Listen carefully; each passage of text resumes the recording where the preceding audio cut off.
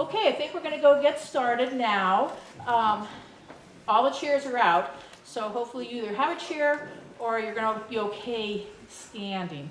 The presentations are going to go fairly quickly, so we should be getting through the substance of the material before your legs give out. My name is Marty Dunlap, and I'm going to be turning it over to our moderator this evening, but I just want to make a couple comments before I turn it over to him. Welcome. Glad to see such a wonderful turnout on such an important issue for the city of Chico. I know that there has been some concerns stated about why are the proponents of Valley's Edge not part of this particular panel. And I wanted to say that we did reach out to the League of Women Voters and asked if they would like to sponsor a forum where there could be, a discussion between the different, the pros and the cons for this particular, well, it's actually two measures, Measure O and Measure P. And because they were too stretched with their other commitments, they were not able to sponsor a forum. The other thing that may not be obvious to the general public is the Chico Chamber of Commerce had a webinar, and they invited 9 experts to speak who were all in support of Valley's Edge. And although we heard about this webinar late, we did reach out to see if we could participate, but we were told it was too late. It was already set and it was full, and there was no opportunity for there to be facts or positions stated that were opposite those of who were proposing Valley's Edge. So we didn't feel compelled that it was necessary to have both sides here because there has been an opportunity for the proponents to represent their views. So with that being said, I'm going to turn it over now to Mark Stemen, who is in the Geography Department at Chico State, who is our moderator this evening.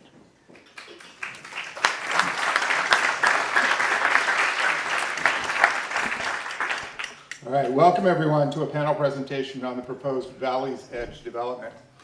My name is Mark Stemen. I'm a professor in Geography and Planning Department at Chico State.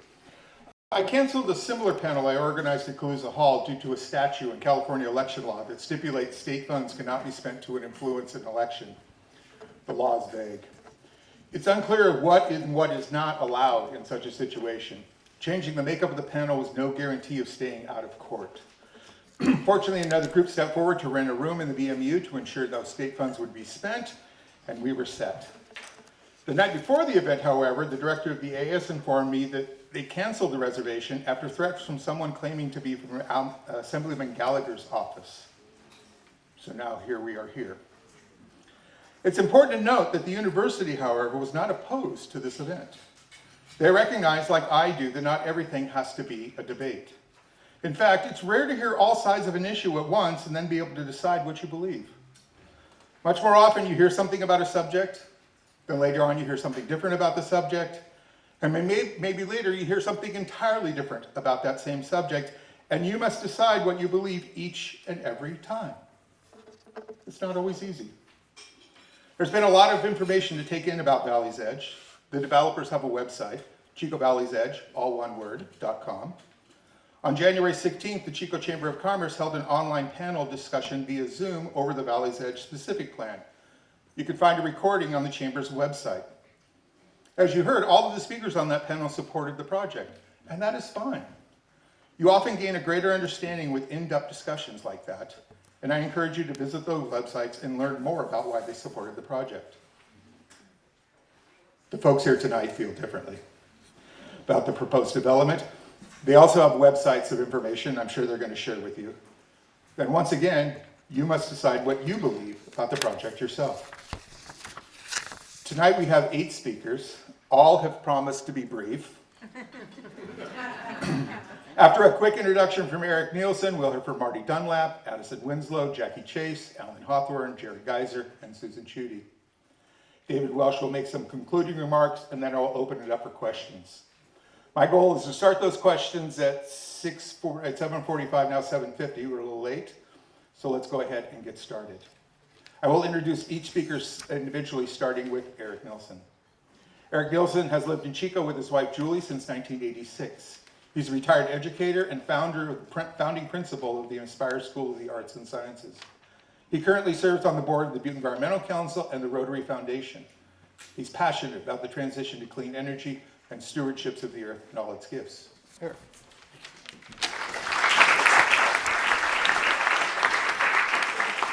Good evening and welcome. I've been asked by one of my colleagues to do a quick little survey.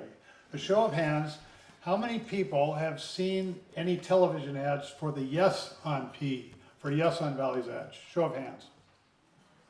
And how many people have seen television ads for No on Yes on O and P? Okay, 2 or 3 on each side. Okay, I hope that was good for my colleagues who can. So I think thanks are in order to begin with. I want to thank Smart Growth Advocates for sponsoring this event and more importantly for the vision they have for housing that is affordable, sustainable, and has the health and welfare of our entire community in mind. So thank you to Smart Growth Advocates. I want to thank Mark Stemen for coordinating this particular forum and panel. Really appreciated all his efforts.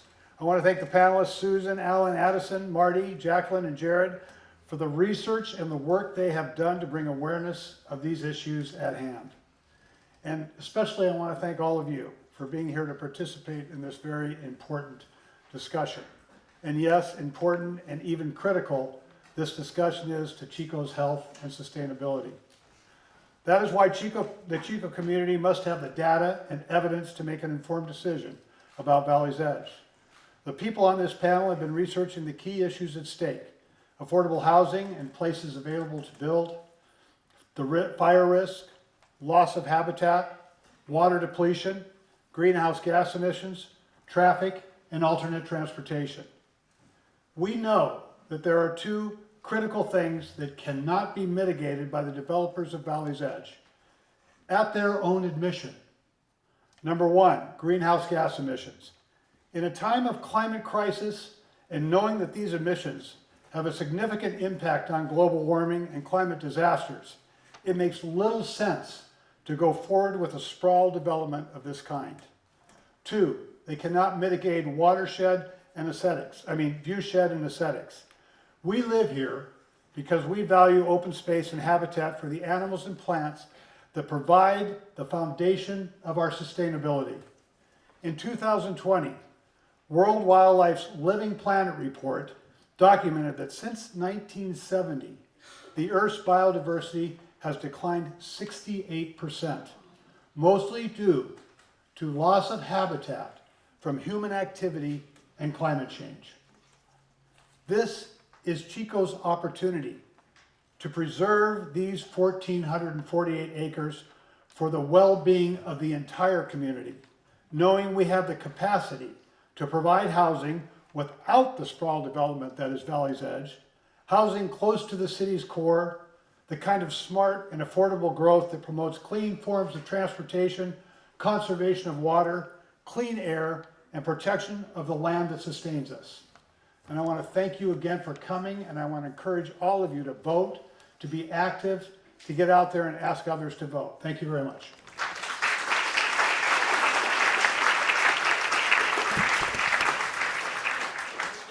Next up, we have Marty Dunlap. Marty is a public interest attorney who works on issues of concern for the public, particularly related to the environment.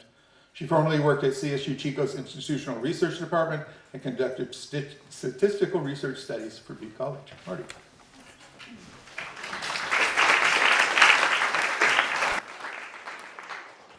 So I'm going to be discussing housing. The source of housing information that we have drawn on is from the Chico Housing Element, the California Department of Housing and Community Development from data submitted by the City of Chico, the Butte County Association of Governments, the website for Chico on development activity, the Chico Land Absorption Study, and the U.S. Census Bureau. Smart Growth Advocates has a housing subcommittee, and 2 of us, Susan Schrader and myself, dug into this information, sorted it out, and compiled it so it could be put into a way that would make sense to the public and they could have a better understanding about what's actually happening in Chico regarding our housing. So the proponents claim that Chico needs housing and that Valley's Edge will have housing for every budget. We agree Chico needs housing, but we don't agree on the primary type of housing Chico needs, nor on the location of the housing. The number of housing units built over the last 6 years was 3,400. That equates to 561 units per year, which exceeds what has been determined as keeping up with the natural and projected growth of Chico. The projected housing needed for Chico through 2045 is 9,500 units, or 415 units each year over the next 22 years. The city of Chico has identified about 9,400 available building sites located in the special planning areas, the opportunity sites, and other sites without the Valley's Edge development. This is a poster of Chico. The orange are the special planning areas, of which there's 4. This is Valley's Edge, which is also a special planning area, and the purple are the opportunity sites. So what do we know about the cost of housing? The median house price in Chico is $450,000. Houses completed in Chico in 2023 range between $430,000 up to $720,000. In consultation with 5 to 6 local contractors, the estimated cost to build a 1,200 square foot house, including the cost of the lot and permits, was $450,000 up to $500,000. To build a 2,200 square foot house was $800,000. Valley's Edge proponents claim housing can be built for under $300,000. In my consultation with the contractors, this doesn't seem realistic unless they are planning to build tiny houses, which has not been outlined in the Valley's Edge plan.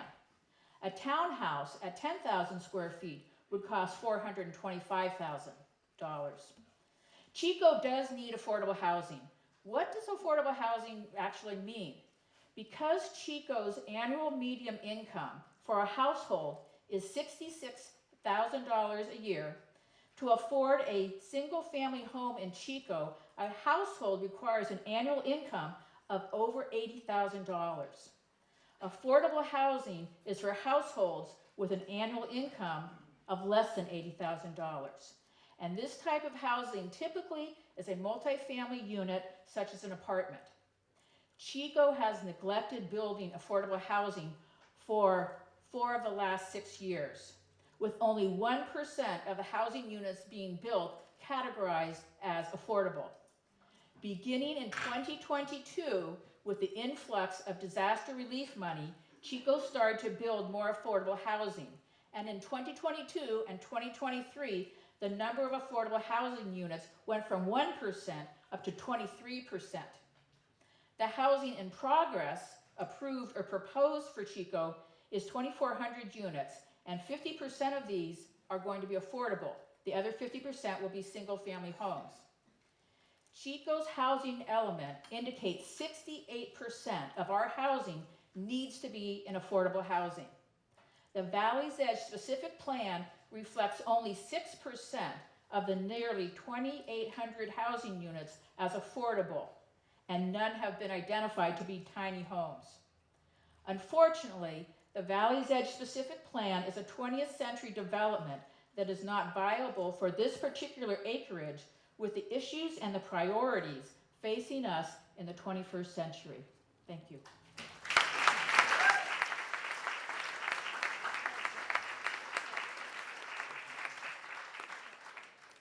Next up is Addison Winslow. Addison has a background in environmental and land use consulting, including working on the housing elements in Butte County and affordable infill projects. He was proudly the no vote on the Valley's Edge project, and is the only council member to have read the environmental impact report. He also grew up in Doe Mill, a well-designed neighborhood near the project site. Addison?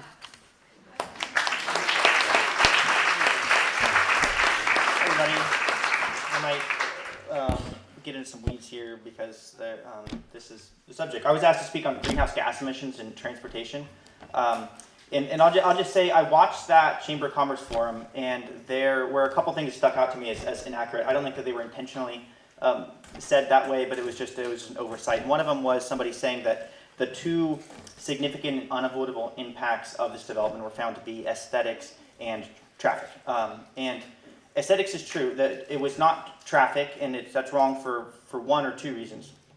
It was greenhouse gas emissions, really, which it's in the United States and in Chico, the largest single source of greenhouse gas emissions is transportation. It's people driving cars and trucks. So it makes sense that those are somewhat correlated, but there are other significant sources of greenhouse gas emissions associated with this and other projects, and land use conversion being one of them, grasslands and other the areas that are open spaces there serve to sequester carbon, and by paving over them, the amount of land use change that occurs in there, that does add to like the cumulative impact of greenhouse gas emissions. And so that in itself, separate from transportation, it's important to see that we adopted, the City Council, the Planning Commission, a statement of overriding considerations in order to approve this project. That's to say that the merits of the project, namely housing, outweigh the detriment to us that impact of greenhouse gas emissions. It's essentially saying that if this project goes forward and other projects like it, we are going to fail to meet our greenhouse gas emission targets, which we are just one city, but if other cities were to look at Chico as a model and follow suit, we will have catastrophic and irreversible consequences due to climate change. And I think that's important to recognize, because this is just one project in Chico. It's a very large project. It's the largest that we've ever had before. But it does add up to a pattern of what's happening in the world. And I think we do have a responsibility to act with the sort of attitude we want the rest of the world to, right, in principle. Raise the mic. Is that better? Yes. Yeah. So now to get into the transportation element of it. Traffic was not the impact, and it's not traffic in the sense that you think like a bad traffic impact is when your roads are congested. We don't measure that in California anymore, so there really was no assessment of the traffic impacts in the environmental impact report. They did do a traffic study and kind of estimated how many trips they would have and where they would go. And as you would expect, there are like a number of intersections that would be like severely impacted by it, that they would, yes, it will slow you down driving your car around town.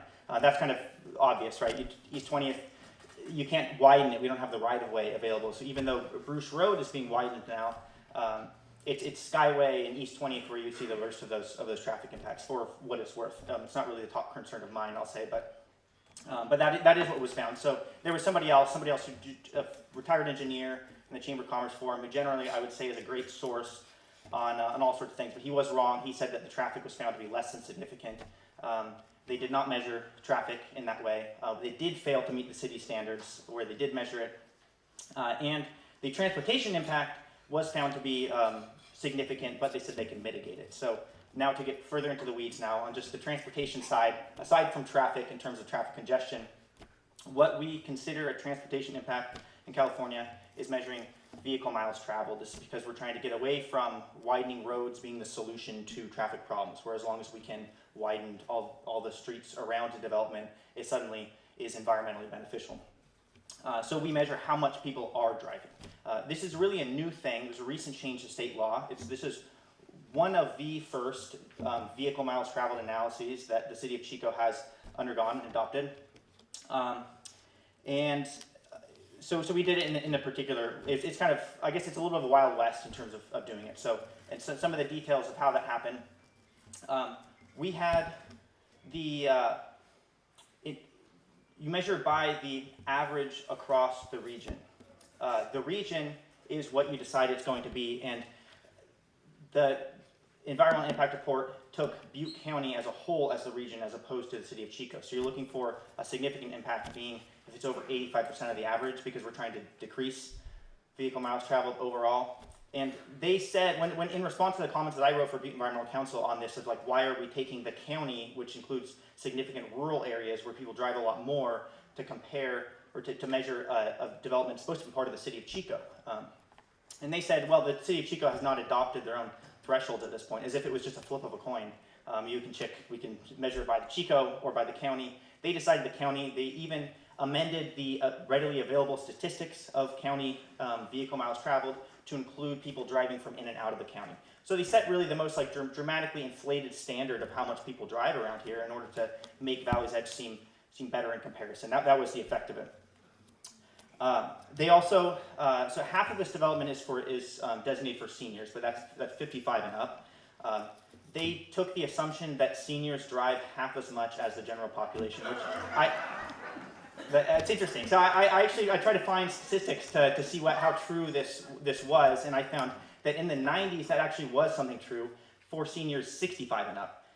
But over time, seniors have, I don't know why, maybe some of you can tell me, but they have driven more and more over time to now actually driving higher than the average populations in cases. You would think because people aren't working, that's the justification. If you don't have a job, you're not commuting to a job, then that cuts down the amount that you're driving on average a whole lot, assuming that you're just going to hang out at home instead, which maybe some of you do, I don't know.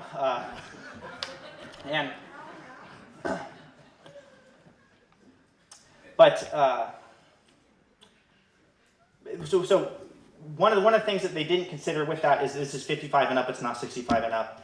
The retirement age is only going up and up. If people my age ever get to retire, it will not be when we're 55. So you will have older working age people living in this development, but we've discounted that. Because half the development is for seniors, we're looking at a whopping 25% discount on the average VMT that they got by that metric, which is dubious itself.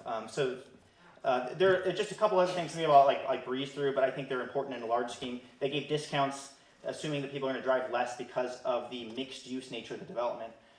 People say this is like the size of Gridley, and that's the thing, you don't call Gridley like a mixed use town, it's just a town. So you still have within the Valley's Edge plan houses that are 2 miles away from the nearest commercial. So that doesn't really equate to a reduction in car trips whenever that's the kind of distance you're talking about, right? But they kind of counted that as if it would. There's also the question of what sort of commercial is going to be served out there, and we had one of the lively discussions that happened during the land use hearing on January 3rd last year in the city council meeting was like, what kind of commercial can we expect there? And that's where the project, the manager said, it's like, well, we can hope for like a fancy cheese store is kind of like, that would be the good outcome. But having neighborhood serving retail depends on there being enough people around it who are going to use those services. As soon as you have lower density areas just right adjacent to your commercial, it becomes more like specialty commercial. If people are already getting in their cars and driving, then they go to Walmart or Winco or any of those box stores that are like a few miles away, but like within a reasonable distance when you're already driving out and about. So I think there's a solid argument that because of the lack of density surrounding their commercial areas, they're not going to be neighborhood serving retail. I use the example of the Longfellow neighborhood, which is by like In Motion Fitness. In fact, it's almost entirely In Motion Fitness now. When it was developed in the 1950s, it was designed as a walkable neighborhood that was, people could car commute to downtown, but here you had your school and you had your businesses. There was a hardware store there. Some of you remember paying the water bill at a place out there, a pharmacy. And all these things gradually shuttered, and now it is one destination fitness center. And I think that's what you get when you have low density development all around. If you have higher density stuff, you can avoid that. And that's, I think, the important takeaway is that it's not inevitable that you have a development like this that is automobile dependent. It's planning decisions that you make, and they had the opportunity to plan this in a different way that would have supported different modes of transportation. Because it's hard to negotiate things in a city council meeting, especially when it's just me trying to negotiate and everybody else is trying to get through the thing. I try to simplify things as much as I can. I try to ask for something. Not really. There's a lot of different ways that I could criticize this development, but I tried to boil it down in a way and said that if you can plan this to support high quality public transit, I will vote in favor of it. Honestly, if I would have done that, I do not think there would be a referendum. And I tried to offer that just because I thought that the best that I could do with my position is to try to extract a little bit of concession in a way, but it's not even a concession when you're able to build that much housing anyway. So I said, if you can plan to support high quality public transit, that's to say every 15 minutes there being a bus that could come and serve there. As it stands, there's not really the expectation that any of the bus stops that would be planned would be served by a bus. There just is not the densities to support it. It would be a strain on the overall transit system, just like a lot of our bus routes that serve suburban areas are. But this is really a unique opportunity, having a single property owner with over 1,400 acres in one place. It is what our general plan says. It should support public transit. It should be a complete neighborhood. All these things which they can kind of check the box in such a way. They say they're going to build bus pullouts, so it supports public transit, but they will not build the density that would support a bus route. So I tried to make that case. I tried when we were advocating back when the draft environmental impact report was out. There was the opportunity, there could be the opportunity in the future to design this actually as a sustainable development where people are not going to rely just on automobiles, but they did not do that, and that is why we are where we are, and we'll be voting in March on the development. Thank you.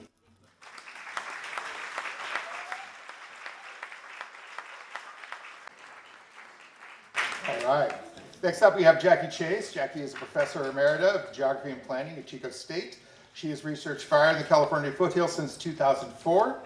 Dr. Chase just recently returned from a 4-month Fulbright research trip in Portugal, where she studied rural sediment and fire prevention. Dr. Chase. Thank you. Hi, everybody.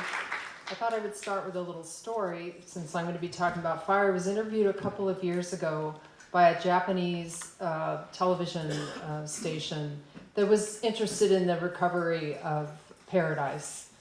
And I'm not against building in paradise. It's a recovery area. People have their reasons for wanting to return to paradise, but the Japanese crew didn't quite understand why Americans keep building into the wildland urban interface. Why don't we use our planners and our officials to think of other ways to grow when we know that there's going to be worse and worse fires? So I thought I would, so they asked me and I said, well, that's just sort of tradition here, private property, I don't know. I mumbled at something and they mumbled something to each other in Japanese, which I didn't understand, back and forth. And they asked me again and I'm like, no, I understood you the first time, but I just don't have an answer for you. And as I travel, I do hear over and over again, people kind of confused about how we're not using the tools that we have to project and to think about our growth. So my written comments address that, mostly about why are we doing this? I won't get into the environmental impact analysis, but I feel like there were a lot of kind of brushed over comments, and the fire analysis is not well developed. They haven't done a full-on fire modeling of the area, which is something that will probably end up being required eventually by environmental impact analyses in fire areas. So the magnitude and the unpredictability of wildland fire under climate change should give planners a reason to say no to sprawl. Strangely, however, Chico planners, local fire officials have joined developers in their enthusiasm for growth. They've chosen to overlook the warnings by fire researchers, the insurance industry, and CAL FIRE about building into the wildland urban interface. This local growth coalition is what, I don't know how else to look at it, promises us a fortressed compound safe from fire. This fantasy is based not only on untested home hardening technologies, untested because we don't have hundreds of fires under conditions of these new engineered buildings to say, yes, the subdivision won't burn. Nobody really knows. But on the further destruction of this fantasy is not based only on these untested technologies, but also on the further destruction of wildland vegetation on a water grab. There are these lakes that are designed to double as recreation places for geese and for firefighting when they need one, or maybe would need one. It also assumes that all residents, all the time, will be compliant with fire-safe landscaping and practices, and that the homeowners association, since this is a private development, will be from now until eternity vigilant about people's behavior. There are just too many promises. The land that the development will destroy, which is grazed oak woodlands, are known throughout the world, especially in Mediterranean climates, as a natural fuel break.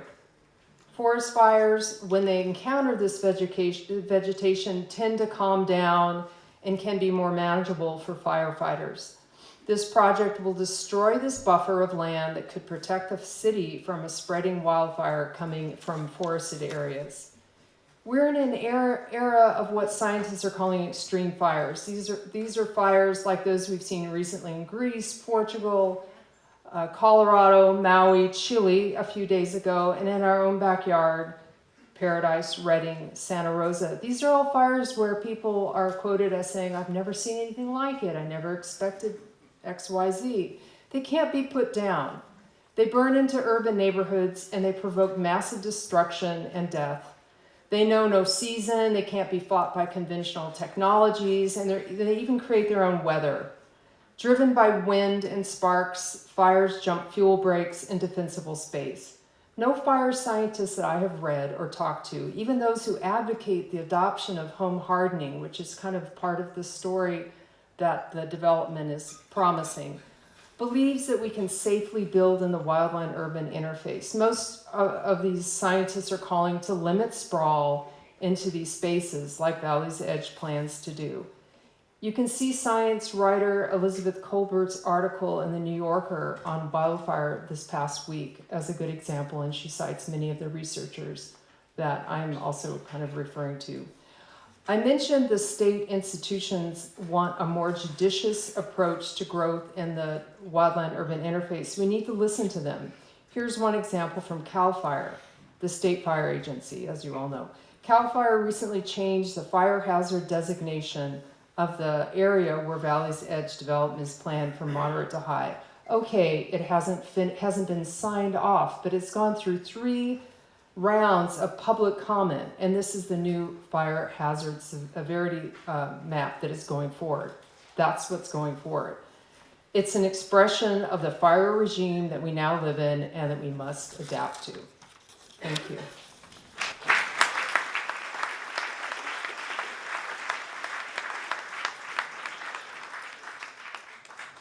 Next up, we have Alan Harthorn. Alan is the Executive Director of the Friends of Butte Creek with 29 years of experience working on salmon and steelhead recovery on Butte Creek.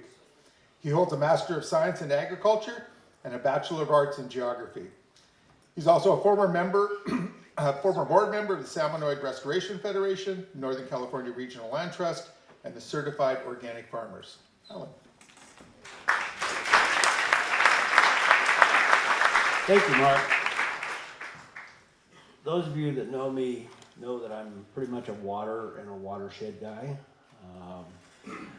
I've really been devoted to this for a long time, and partly because around 30 years ago, the Department of Fish and Game closed off all fishing on Butte Creek and really in all of the Central Valley for spring run salmon.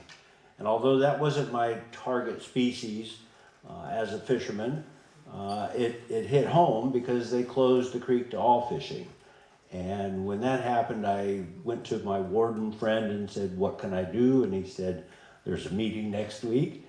And I've been going to those meetings ever since, at least once a month for 29 years. So I've learned a lot, and I've really focused on what a watershed is and how a watershed functions and how the hydrology of our watersheds is all connected and what it means to our lives. And I want to take you on a little tour of this mini watershed of Valley's Edge. And I know most of you are not going to be able to see this sign, but my wonderful, talented assistant is walking around in the back with another copy of this so you can take a closer look. And I'll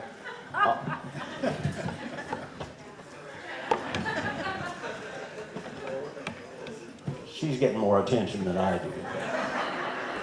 Okay, so I can't go any farther here or I'll fall off and rip the microphone out. But in this top photo here, you actually get a look at these tiny little watersheds. And they probably amount to about 500 acres each.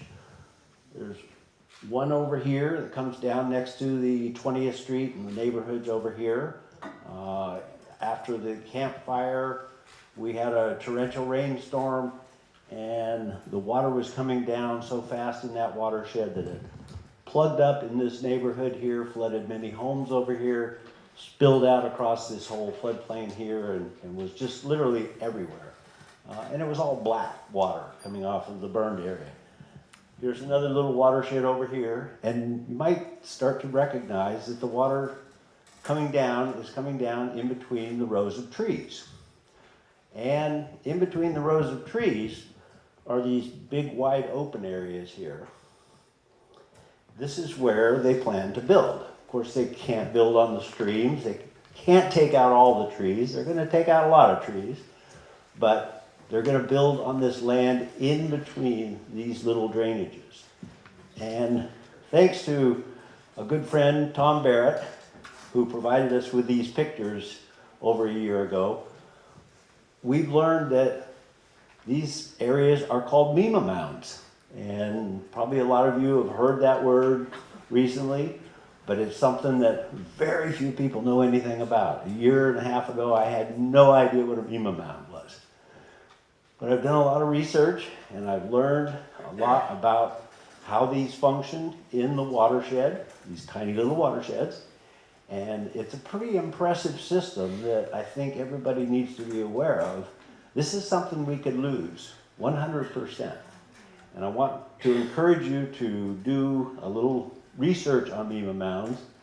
And the two most important MEMA mounds on the West Coast, other than this one, are in Washington State, where it's a state park, the MEMA Mound State Park. And in San Diego, they have a MEMA Mound Preserve that is actually a national landmark. And it says something about what these are when the state of Washington and the state of California have protected areas called MEMA mounds. So let me take you on a little trip with the water through this system. When we have rainstorms on this area, the MEMA mound is a little thicker layer of soil. So it's going to absorb a little bit more water than the surrounding areas. The soil types are such that it's going to hold that water much better than other areas around there. And it's evidenced, and I learned this many years driving up and down through here, is that the grasses on top of those MEMA mounds grow taller than the surrounding areas. And you'll always see this in April and May when the north winds start to blow and those tall grasses on top of the MEMA mounds, much like what you see in this picture here, start to turn brown. So the MEMA mounds are drying out, but in between the MEMA mounds are much shallower soil that are fed by the moisture that come into the MEMA mounds. And in those shallower soils is where we get our wildflowers. And most of you can really appreciate how beautiful these areas are when those wildflowers are in bloom. So now the water has moved into what I call the interstitial spaces and into shallower soils. In other areas, as it moves off into deeper soils, what do you have? We have trees. So this moisture is coming off these high areas, down through these subsurface soils and into the deeper soils, and that's where the oak forests are. In the really, really shallow soils, that water, as it's moving downhill, and it always goes downhill, comes out into the streams. So along the streams, there's, an inch of soil or so, what water is moving through there. It's feeding the waterway. Okay, so we've got a pretty good understanding of how the water is moving through here. And I'll set this down for a minute. I'll come back to it though. And I want to talk a little bit about what's happening underneath the soil. let's go down below the surface and look at what's going on. So this entire landscape is connected beneath the surface by root systems and fungal hyphae. In the symbiotic and intimate relationship, the hyphae of the fungus greatly increases the surface area that is open to nutrient and water absorption, maximizing the plant's access to these essential compounds and elements, and in return, the plants supply the fungus with carbohydrates for use as energy. And I think it was Addison mentioned something about carbon sequestration. This is it. That's how it works. So this complex relationship is extremely fragile, to say the least. Any disruption of the connective tissue and soils of these ecosystems ultimately weakens the entire complex. This reduces the connectivity of water and nutrient transport and can, in some cases, disconnect the forest from the mima mounds or disconnect the mima mounds from the streams or the vernal pools. The end result is characterized by death by 1,000 cuts. So now I'm going to talk a little bit about the water that this project will be using and how that will affect this landscape. So we've covered up all of the mima mounds. We've got pavement everywhere, 40 acres of pavement in this project. Cal Water estimates that they will have to increase their pumping 9% to accommodate this development. Yet it's only 5% of the customers' base increase. So what that says is that this development is going to use proportionally more water than any other type of development. And we did some rough calculations of how much water that actually is. It's somewhere around 2,000 acre feet per year. And most of you have probably heard that an acre foot is a football field 1 foot deep in water. A typical orchard takes about 3 to 4 acre feet for every acre of walnut trees or almond trees. So if you take that 2,000 acre feet of water, that's equivalent to about 500 acres of orchard. So one thing that we're learning a lot about is how our groundwater is declining in this area. The groundwater sustainability plans have looked at this very carefully.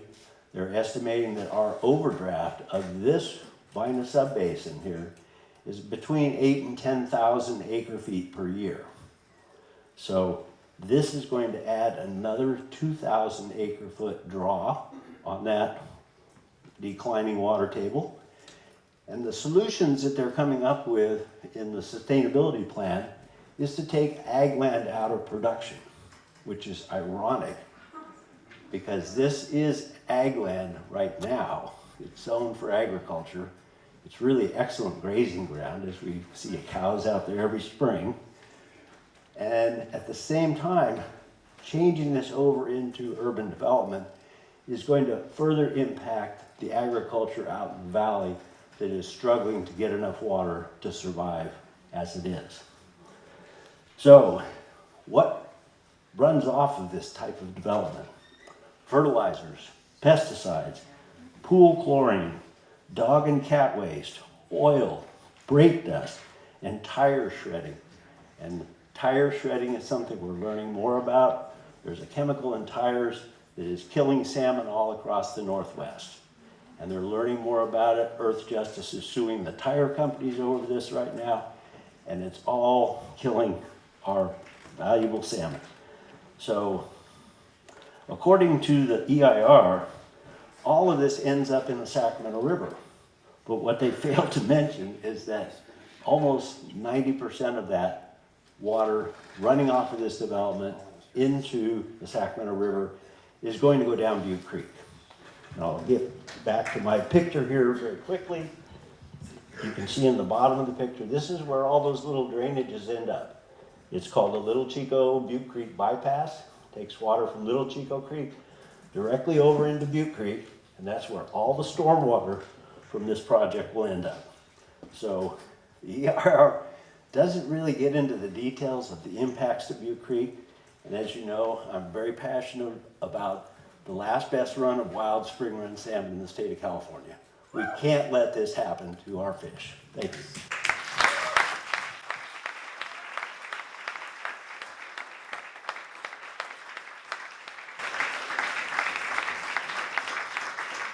All right. We only got a couple more speakers left, so I think you have cards. If you want to ask a question, make sure you get those questions down on those cards, and we'll be collecting those in a minute. Next up is Jared Geiser. Jared is a certified California naturalist and works for the AltaCal Audubon Society, conducting environmental education, promoting the awareness, appreciation, and protective of native birds and their habitats. He's a former conservation planner, has been engaged in land use planning decisions affecting climate change, species extinction, ecosystem degradation since he started studying geography at Chico State. Jared Geiser. All right, good evening, everyone. So if you take a look at the Valley's Edge website or some of the propaganda they put out in your social media, you might think, this development isn't so bad. You know, they say 0% impact on endangered species, whatever that means.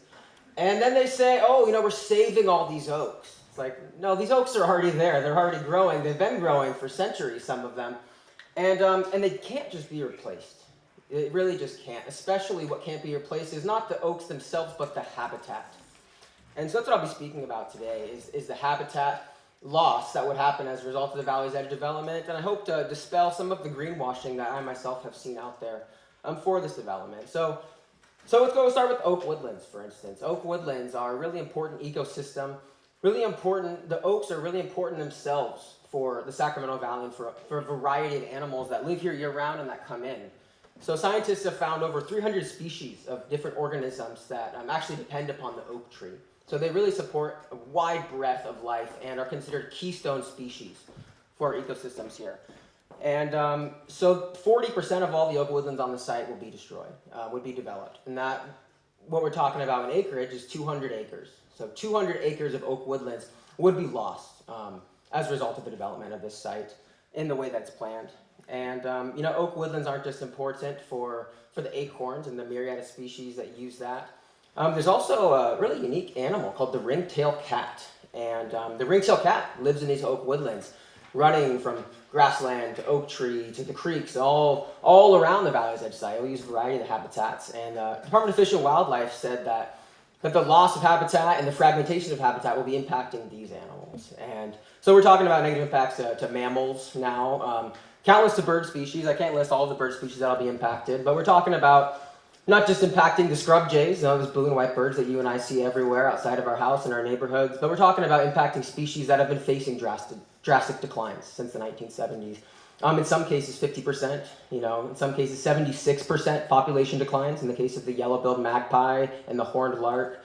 And so this is of such significance because, as Eric Nilsson mentioned earlier, we're going through a biodiversity crisis on this planet right now. We're quite literally seeing life disappear. And it's not a natural thing. It's human activity that is destroying habitat, degrading habitat, and ultimately warming the planet and altering the climate so that the species that have evolved with a relatively stable climate are going to be much less able to adapt and to be able to live their life here. So oak woodlands, I mentioned that. The major habitat on this site are grasslands. We're looking at 940 acres of grasslands. And the California Native Grassland Association says that we've lost 99% of our native grasslands. And so it's no surprise once you hear that statistic that, 50% of all grassland birds are declining. And we're seeing pretty steep declines. We're seeing burrowing owls lose their habitat. We're seeing all of these different birds that need these grasslands just drop in numbers at an alarming rate. And once we lose them, once we lose the animals to extinction, there's no turning back on that.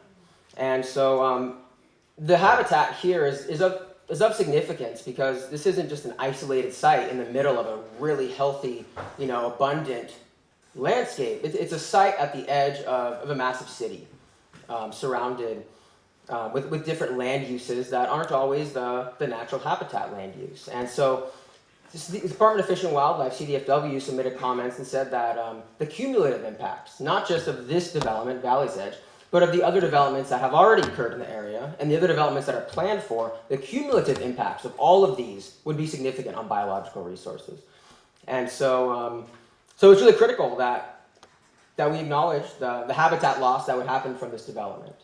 And not only grasslands, which we're seeing disappear rapidly, not only oak woodlands, which we're seeing disappear rapidly, which both sort of serve as really important, sources of carbon sequestration to maintain a balance on this planet and maintain a balance in the ecosystems here.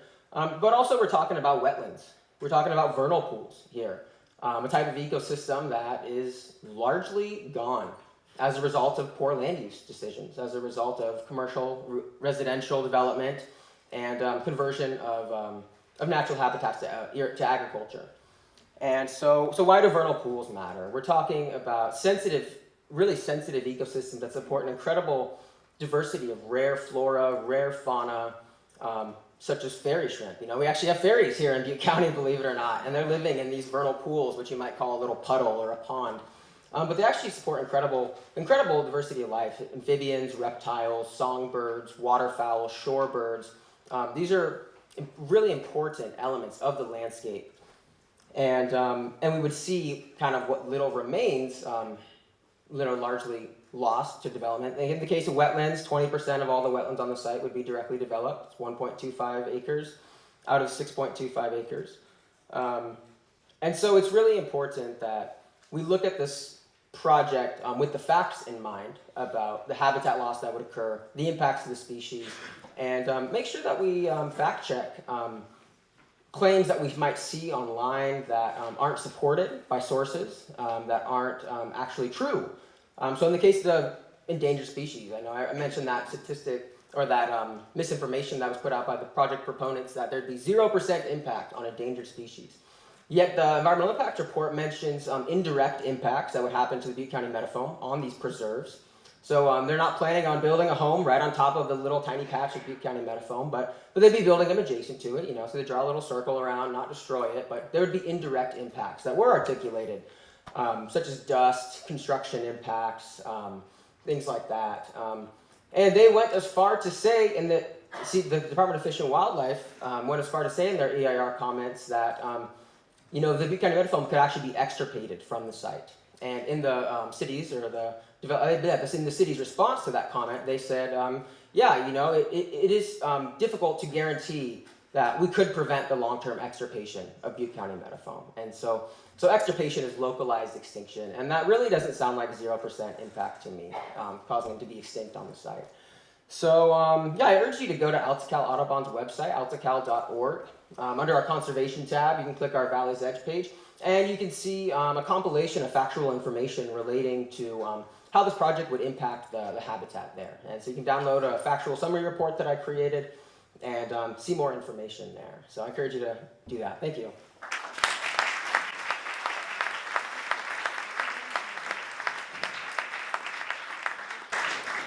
All those well-spoken Chico State graduates. We are staying pretty close on time, and we are almost done here. So next up is Susan Tchudi. Susan is the co-host of Ecotopia, has interviewed Chico State experts on issues of water, land use, and climate change, and she's also on the Butte Environmental Council Board of Directors. Susan.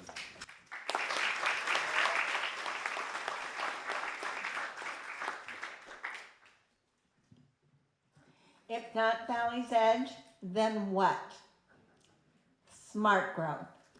On the walls, you'll see kind of over in the corner here and here are examples of smart growth. I'd like to begin by reading from page 2 of Chico's general plan. To establish a sustainable development trend for the community, the general plan identifies and promotes certain development patterns, including compact urban development, infill development and redevelopment, mixed-use development, complete neighborhoods, and a variety of housing types. The plan further seeks to preserve and enhance its older neighborhoods, promote economic development, protect sensitive environmental resources, and provide open space in parks. The general plan continues on page 3 explaining that, quote, not all areas are suited for significant new growth. These areas include most existing residential neighborhoods environmentally sensitive lands, open spaces, and parks. The general plan is describing smart growth. I'm going to ask you to imagine some new ways of thinking about growth based on smart growth principles and Chico's general plan. Mixed use means that housing, businesses, and services are available within a neighborhood. Imagine a revitalized Chico downtown that both provides interesting shops and restaurants with housing on the second and third floors. A number of buildings in downtown Chico have possibilities for creating housing. Others could be retrofitted for condos, small apartments, and studios. Another principle, infill development and redevelopment. Park Avenue and the Triangle in South Chico cry out for redevelopment. Abandoned buildings, excess asphalt, and an enormous pile of pallets can be replaced with apartments, tiny house villages, green spaces, and play areas for children, an ideal area too for mixed-use development to create a complete neighborhood. Moreover, this area of town offers possibilities for different and diverse types of housing, low, middle, and high-income housing. The nearby Barber neighborhood and the potential Barber Yard new development and a revitalized Park Avenue could be served by small electric buses that make the downtown area accessible. Transit-oriented is another characteristic of smart growth. Compact building helps protect open spaces, create walkability, save land for farms and recreation. Imagine the long abandoned Kmart with its enormous parking lot as a village of small apartment complexes, a small park plaza, a play area center. The existing grocery store, small shops, and restaurants make this an attractive area to live. Walkable neighborhoods can be created by getting rid of oversized parking lots and providing green spaces, trees, and wide sidewalks. Imagine placing a large portion of the massive parking lot of the North Valley Mall or the huge parking lot at Walmart with a community garden or a park with wide sidewalks and trees, making walks to stores and services more welcoming. These are just a few of the obvious areas where we can, with good planning and imaginative thinking, create smart growth. I invite you to look at Chico with new eyes. Look for those empty lots, those abandoned buildings, those large asphalt areas that can be turned into livable spaces for diverse people who live in Chico. This is the alternative to Valley's Edge. Chico is a charming city. A strong sense of place already exists here. We want to build on that strong sense of place and pride and community. We want development that brings people together, that is people-oriented, not car-oriented.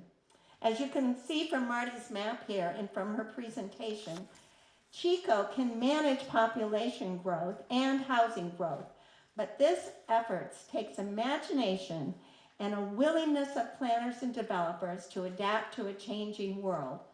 All of my colleagues up here tonight have identified why we must take a new direction. We need to speak out, and we need leaders who will take us in the direction of smart growth. Thank you.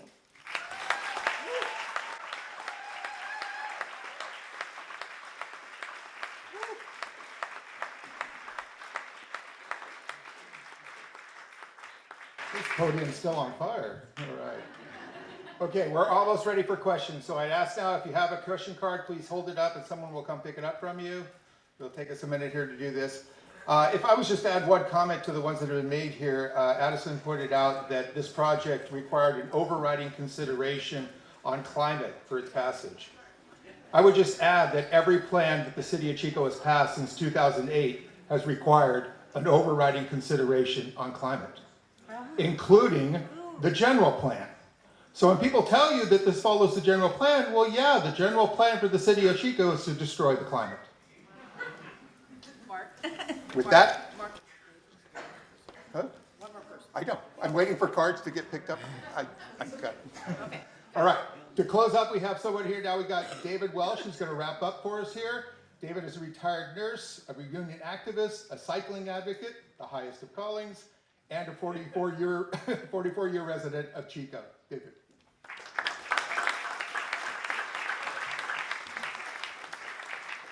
I decided I really do not want to trample very much on the way that Susan closed out here. I think that was finishing things up about as well as they could possibly be. So I would just simply say this.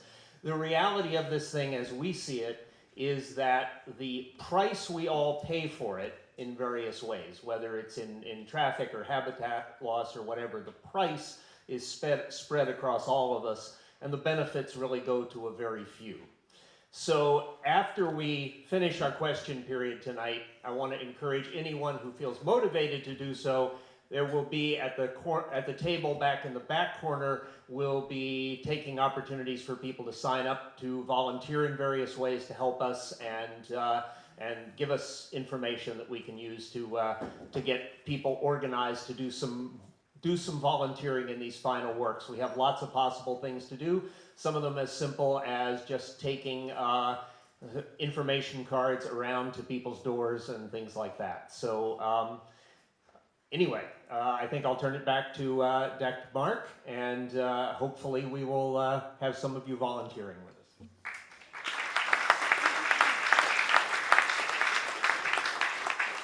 All right, so I have some question cards already, and the way it's going to work is I'm going to read the question, then whoever wants to answer it's going to stand up behind me and then come to this, and we'll go this. So the first question is, if this doesn't pass, can the owners still build houses on that land? They volunteered me to answer this one. So. I'm also a mapper, and I've looked at this property very carefully. There are actually 6 parcels ranging in size from about maybe 5 or 6 acres up to 500 acres. So under the current zoning of agriculture, they can build 1 house on each of those parcels and 1 ADU unit. So that's 6 houses and 6 ADUs.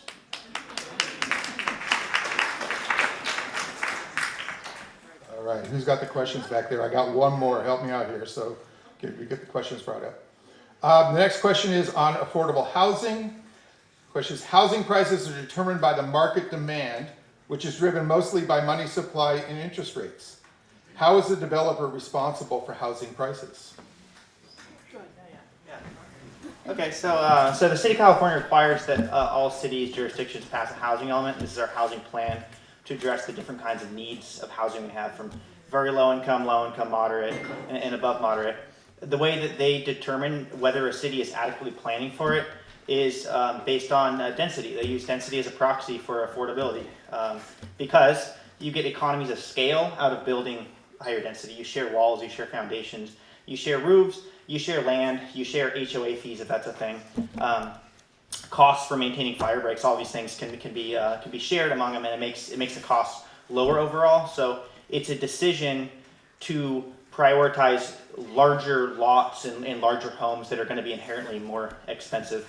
And it's worth noting, I think, in our general plan that there is a conceptual land use plan for Valley's Edge, and it breaks up roughly what we're looking for when we say it says a broad range of housing types is what we expect out of this development.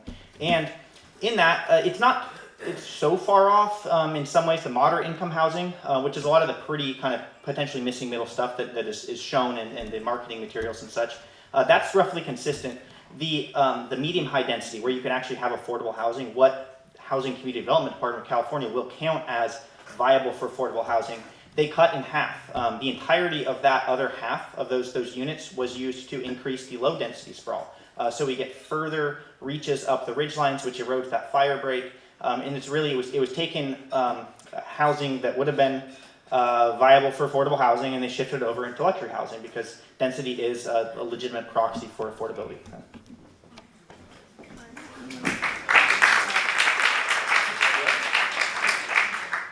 So we have a lot of you have a lot of the same questions, and so we're going to go here. We have what happens to the land if Measure P doesn't pass? What would be built instead? If you win, what will happen to the property? And then lastly, can we make the acreage surrounding Chico a protected area? I think those are all the same, and who's up for that? We'll do a team approach here. We have actually looked at a number of areas. There's a similar development that was proposed just outside of Marysville, probably about 10 or 15 years ago. They had connecting roads going down to Roseville and Lincoln and those places that are all being developed like this right now. And the county supervisors there actually turned it down. And the Trust for Public Land stepped in and purchased the land and turned it into a big preserve. It's like a 3,000 acre nature preserve in the foothills of Marysville. So you could say we envision something similar to that. It functions very well as grazing land now, and view shed, wildflowers, Mima mounds, and we think that it deserves that kind of protection. And we have actually been in contact with a number of different conservation organizations. Eric may have a little bit more to add to that, but we think there's a really strong possibility that we can convince the developers to sell the land at a slight profit. They bought this pretty cheap in the first place. But if we can get them to turn it into a preserve, we'll have 1,448 acres of permanently protected land on the edges of Chico.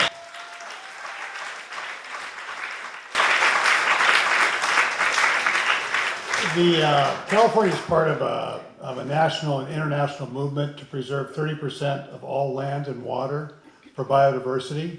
And they're working diligently in that direction. And California has made hundreds of millions of dollars available for the acquisition of land to put it in preserve. The California Conservation Board is one source, and I've contacted them and described this particular land to them. And while it's in contention, meaning while we have the referendum going and while we're waiting for this vote to finish, while it's in contention, we can't go forward with that. But the one of the directors of the departments of this organization basically said you're an excellent candidate because Valley's Edge is adjacent to a wildlife corridor and excellent for preserving biodiversity. So that's definitely one very strong possibility. And so we really believe we can go forward. And the other point to make about this is that preserving this land, this 1,440 acres, is connecting with all the other. There's a huge 5,000 acres down near Palm Springs. It's called the Oswit Land Trust. There are land trusts all over California now along the coastline. And as we connect these land trusts, as we continue to work locally to connect statewide and nationally, we can really make a difference and turn this problem with biodiversity around. It's really, to me, it's a wonderful opportunity for Chico to make this happen.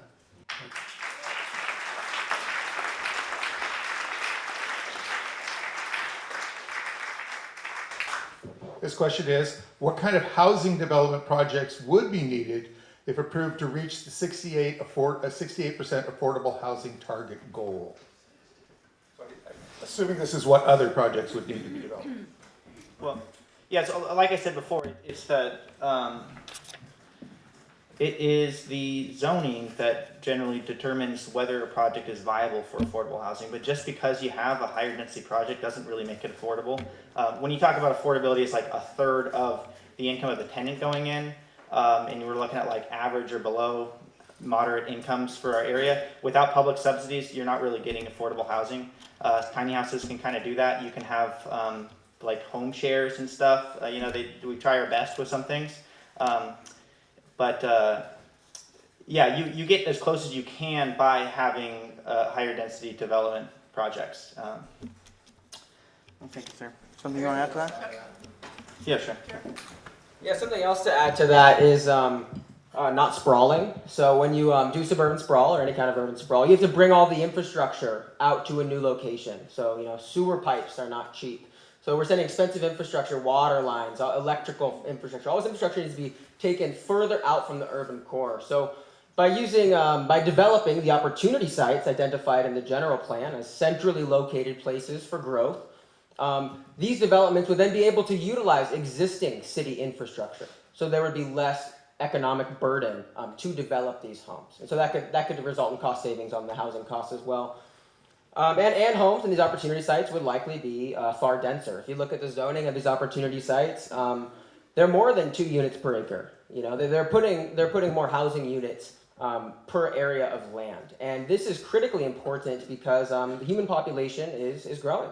You know, we have a lot of people in this world, and so it's really important that as we develop housing for everyone, because everyone needs a roof over their head, we need to do so in a way that doesn't jeopardize the natural environment that we're dependent upon.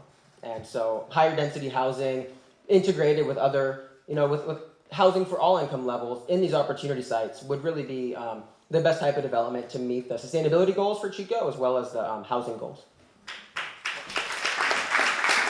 If I could just like throw on again when you talk about it, because yeah, I don't want to like paint too rosy of a picture, like it's that easy to build affordable housing like that. But say we have a limited budget of public subsidies that we can use to get affordable housing, and say that this Valley's Edge had more than 9 acres available for that they could accept those subsidies, and they planned like more adequately in proportion with our needs. When we only have so much of that money available, we should put it towards the better places. So what we got is a similar suburban sprawl development called Oak Valley. A significant amount of the disaster relief subsidies that we got after the Camp Fire, this unprecedented sum of money for us to build affordable housing, went to these projects on Highway 32 leaving town, just east of Bruce Road, if you're familiar with the 3-story apartments going up there. Why I think that's lamentable isn't that it's affordable housing, it's transformative their lives to get that and all. But we could have located those in better places if the city were more proactive, if we had zoning that better supported the usage of land within the city there. And housing is, as you'd expect, it's the highest cost for a typical household. In our area, on average, people spend 30% of their income on housing. That's what's normal. The second highest cost is transportation. It's generally car ownership. 25% of your income is what, on average, goes to that, with poor people spending a greater portion of their income overall on that. So by building in areas that are unwalkable, even if the housing cost could be lower because you just opened up all this land, right? And that just takes away a little bit of the cost on it. You're still burdening people with that expense of living. And that is not, in the broader scheme of things, is less affordable housing when you may have subsidized rent, but you have to own and drive a car in order to survive.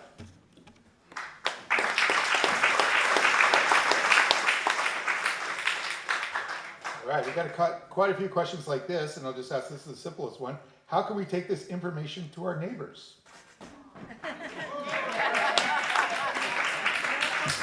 Well, as I said, signing up back there to get your names on the list to volunteer, and just so you know, we do have a little office. It is we're renting a tiny little space in the Chico Yoga Center, which is next door to the T-Bar over on Vallombrosa, just a couple blocks away from here. And we're there in the afternoons, 1 to 5 on Monday through Friday, and 11:30 to 4 on Saturdays. And we have lots of literature that people can get, and you can even sign up to get assigned to a particular neighborhood that you would walk and knock around on neighbors' doors and talk to them about it. So we've got lots of opportunities for people to help out on this stuff.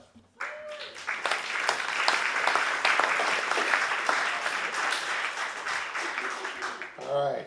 Well, someone out there wrote a lot of questions because you have the same handwriting, so I want to make sure I got through yours. If we build low-cost housing, will Bay Area people not come here because it's too cheap? Because it's the same question as asked. It's the simple one. Is it what is the likelihood this development will fill with wealthy Bay Area transits? So that whole question. Bay Area transits. I could take a stab at that. And so the question is. So yeah, will low-cost housing prevent Bay Area people from migrating? I haven't heard anyone that doesn't like Bay Area people across the board. My wife's from the Bay Area. She's awesome. You know, a lot of awesome people from the Bay Area. I have family that live there. But the issue when we're talking about land use, talking about Chico, talking about housing, is what kind of housing do we need? And so we don't need to speculate up here. We have RENA, and we have plans that show the kind of housing that we need, the type of housing that we need to develop, and how much we need to develop to meet those goals. And so the concern with Bay Area people coming in and buying up this land is that we're developing housing that our residents in Chico cannot afford. And so the concern is that these houses would be, in some sense, artificially growing the Chico population. People that might not be wanting to move to Chico initially or don't live here already, but oh, that's a really nice house. You know, I got $1 million sitting in my bank account. I could buy that for a second house. Or I could rent my house out in the Bay Area, and buy this house and still come out ahead economically.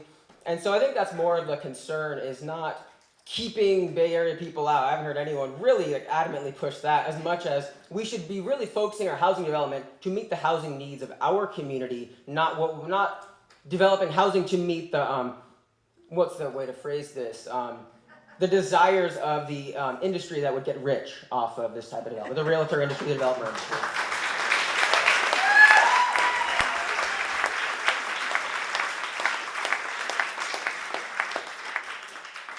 Here's a very specific question. I want to understand CARD's contract with Valley's Edge. Will they service parks, playgrounds closed to the general population?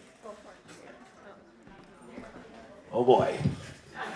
I explained a little bit about how fragile this landscape is, and the park that they are, this is commemorative. It isn't actually something that has happened. It's not a deed that's recorded with the county. It's a commemorative deed that they have. And this park has a little tiny strip around the north side and on the east side, and then a big chunk off of Honey Run Road on the south side. All of this is extremely fragile land. And anybody who wants to see what happens when you develop land like that into a park, take a walk up the North Rim Trail in Bidwell Park and look across the fence to where there are Mima mounds. Nice soils, nice grasses, nice wildflowers, and then look at what North Rim Trail looks like. There is no soil. When it rains hard, it's a stream in itself, eroding soils all the way down into Big Chico Creek. That's what would happen. CARD is not equipped to deal with that kind of a park. They're used to flat grass, 20th Street, DeGarmo Park, those types of things. I had a discussion with one of the CARD employees and asked what their plan was. Where are they going to park? Because most of this is bordering Honey Run Road. And I said, you're not going to put a parking lot on Honey Run Road. I can guarantee you that. The other parking areas are inside the subdivision, which is going to be private roads. So there really won't be access to this extraordinarily sensitive landscape. And all of you know what it's like in the summertime around here. Who wants to go walk out on that, dried out landscape when it's 100 degrees? It just is not park land.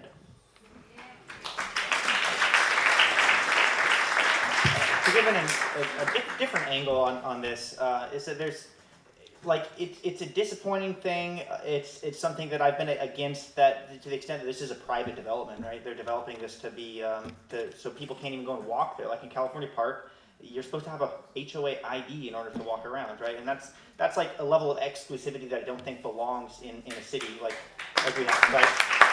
Yeah. So with that being said, I will say it's unclear still, because there's a number of parks throughout the development, right? There's this regional park that Alan is for the most part referring to. There was one CARD park the whole time on the western boundary that would have been a public park. It's always intended to be a public park. The other ones it's kind of unsure. But on the flip side of this is, so the developers wanted to offer that regional park on the south end, the Comanche Creek watershed one that's very steep, as a public regional park for a while. That was the intention. The CARD and the city wouldn't accept it because it's a tax liability. Maintaining it is very expensive. So they were going to maintain it in the HOA. Because they were held to these fire safe guidelines and stuff, it would have been a big burden for them to actually maintain their commitments there, and it would have led to steeper HOA fees. So the flip side of this being potentially a public park is that it's no longer on the burden of the HOA, it's on the burden of the rest of the taxpayers in the city. Leave that back.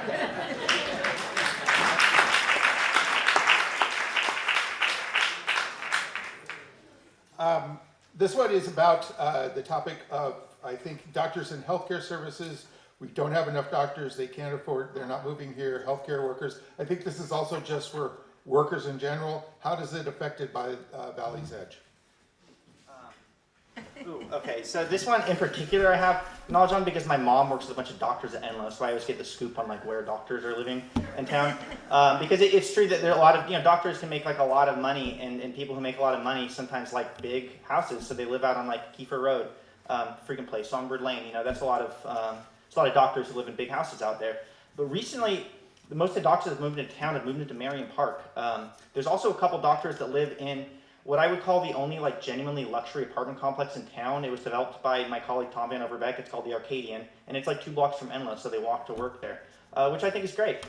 Really, doctors, high-income people, rich people from the Bay Area, wherever, might prefer large houses in certain contexts, but if you build a really good quality environment, you have a great city, people do like to live in the city.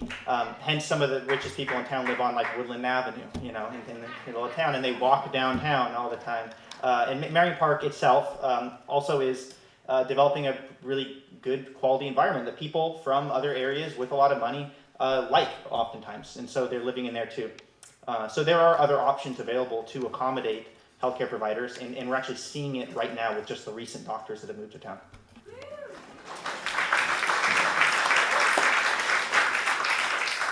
This one is about fire, and specifically it's that CAL FIRE has expressed concern about this area, but other fire officials say it's okay. What gives?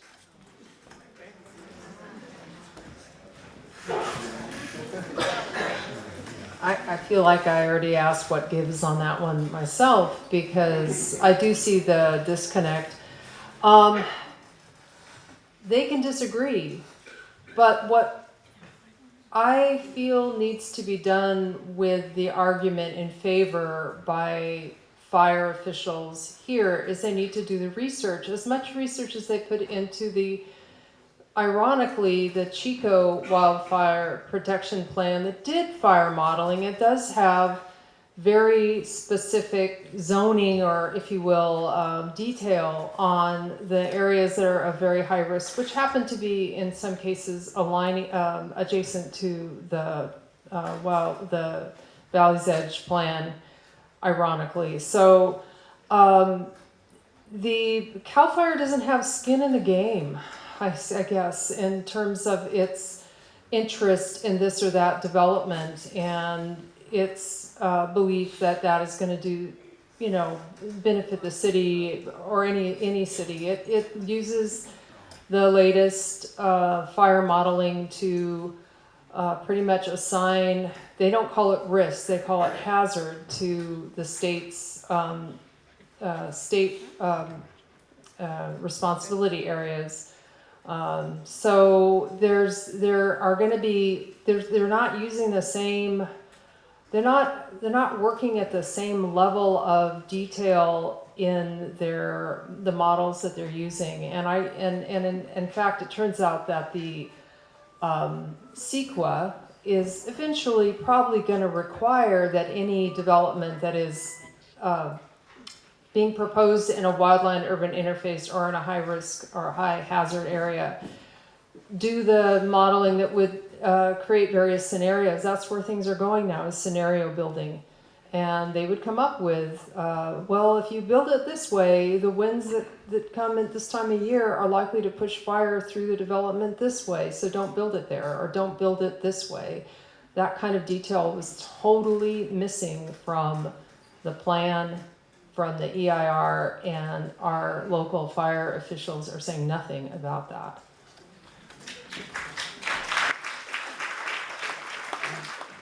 I would encourage everybody to read Attorney General Bonta's guidelines for building in wildland urban interface. There's all kinds of really valuable information there, and really the takeaway there is to avoid building in wildland urban interfaces. The other thing is that's important to point out in terms of affordability and the economic side of this is that there are people who pay very close attention to CAL FIRE's designation of high risk and very high risk of this area, and that is the insurance companies. And it's going to be very difficult for people maybe to get insurance, and if they do, the rates are going to be exorbitantly high. So building on Addison's point about transportation being an issue, you might be able to buy a house for, you won't be able to buy a house, I don't think, for $300,000 in Valley's Edge, but even if you were, you've got to get fire insurance. And for most people, that's not affordable. One last thought on the subject is that the City of Chico Fire Chief is not a land use planner. He is not deciding or giving input on what type of development Chico should see. He's responsible for putting out fires when they happen, running fire crews at the different stations to address fires as they come up. And so his perspective is, yes, there's a development. We will create a fire station as needed and service it with our personnel. Whereas CAL FIRE, they're really looking at statewide fire issues relating to wildfire resiliency, wildfire safety, and wildfire hazard. And so that would help explain the discrepancy in their opinions, is one's looking at what can we do as a department to service, and other is looking at where should we be developing and how should we be using our wild and urban interface land. Here's one I can appreciate. If I could actually afford a $300,000 home, would I be able to buy one in Valley's Edge? Okay, so that's really good. Where did the $300,000 figure come from? It was yeah, okay. A fellow named Brandon Slater, great guy. I disagree with him on this, obviously, but he has a company called Slater & Son. That is a commercial construction company. They specialize in especially public works projects like schools and jails.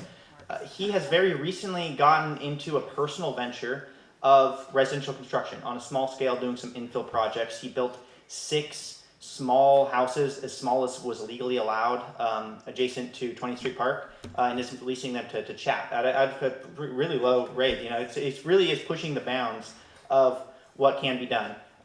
Brandon Slater said that $300,000 is his personal goal for building some houses. He also has been discussing with the project manager, the developers here, like the possibility of him acquiring a few lots to try that. And that's where it's important to understand, I guess, what level of development we're talking about. This is a master plan. These are what you can call the horizontal developers. They're building all the infrastructure, getting it through the general approval, setting this specific plan, and then they will sell it, large chunks of it, to subdivision developers. So it's really, this plan is marketed towards subdivision developers, but until they realize the need to market it to you, the voters. That's who it was designed for. The subdivision developers have no interest in building the most affordable housing that they can, or else we would see them doing it anywhere else, because there are large tracts of land where they build tract housing, and they surely try to get their costs down, but they don't try to make it affordable, really.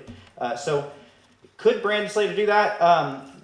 I don't really think so, but he could get closer probably than others would, because he would actually try, because he's doing it as essentially a nonprofit venture of housing, and we don't have that much of that going on. We're also talking about HOATs, we're also talking about building on lava rock, and the insurance that was mentioned. So all those things would suggest that it's not that likely, and Brandon Slater would do much better focusing on the infill projects that he has been, in just the last few years, pretty successful with on the scale that he's operating.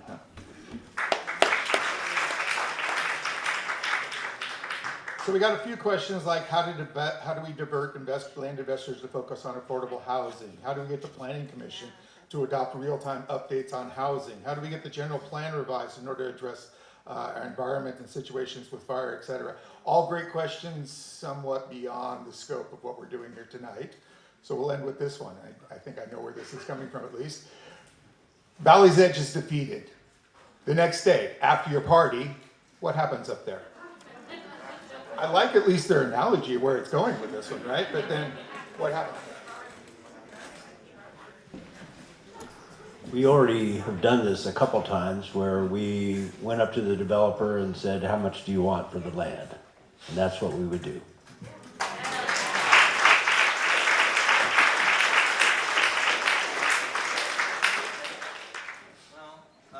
On the city council, I've been trying to push a pro-housing program. I thought that this was such a convenient opportunity where, who are generally my opponents and things are adopting a vocal strategy of we're pro-housing. Vice Mayor Casey Reynolds even said, I'll say yes to any housing project during the Valley's Edge here. And I was like, oh, really? And then nobody seconded my motion to forgive parking requirements on Park Avenue, so they demolished a thrift store. And then Casey Reynolds even voted against the approval of a 2-unit project in an alley in my district, which some people were upset at me for. But really there are, I'm not going to get into it, maybe it's beyond the scope, but there's a lot of regulations that could be changed in order to encourage better development in Chico, and I really think that's something we should focus on. And I was trying to take this opportunity for the referendum to like open up, get like a consensus line, like, you know, me and all these developers are going to be like, we're going to make affordable housing in the city of Chico easier. I couldn't really get that much to happen. We are pursuing a pro-housing designation from the state of California, but we're not really looking at like substantially changing our regulations to make us more pro-housing. It could happen though. It could.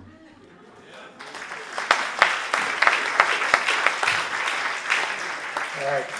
We did have one last question about affordable housing and how do we overcome the challenges. There's been some affordable housing stopped. There's been some infill development stopped. How do we overcome the challenges to do that? And Addison will talk about that for the next 30 minutes after the session. And with that, we want to thank you all for coming. It's been a wonderful evening. Vote no on Valley's Edge.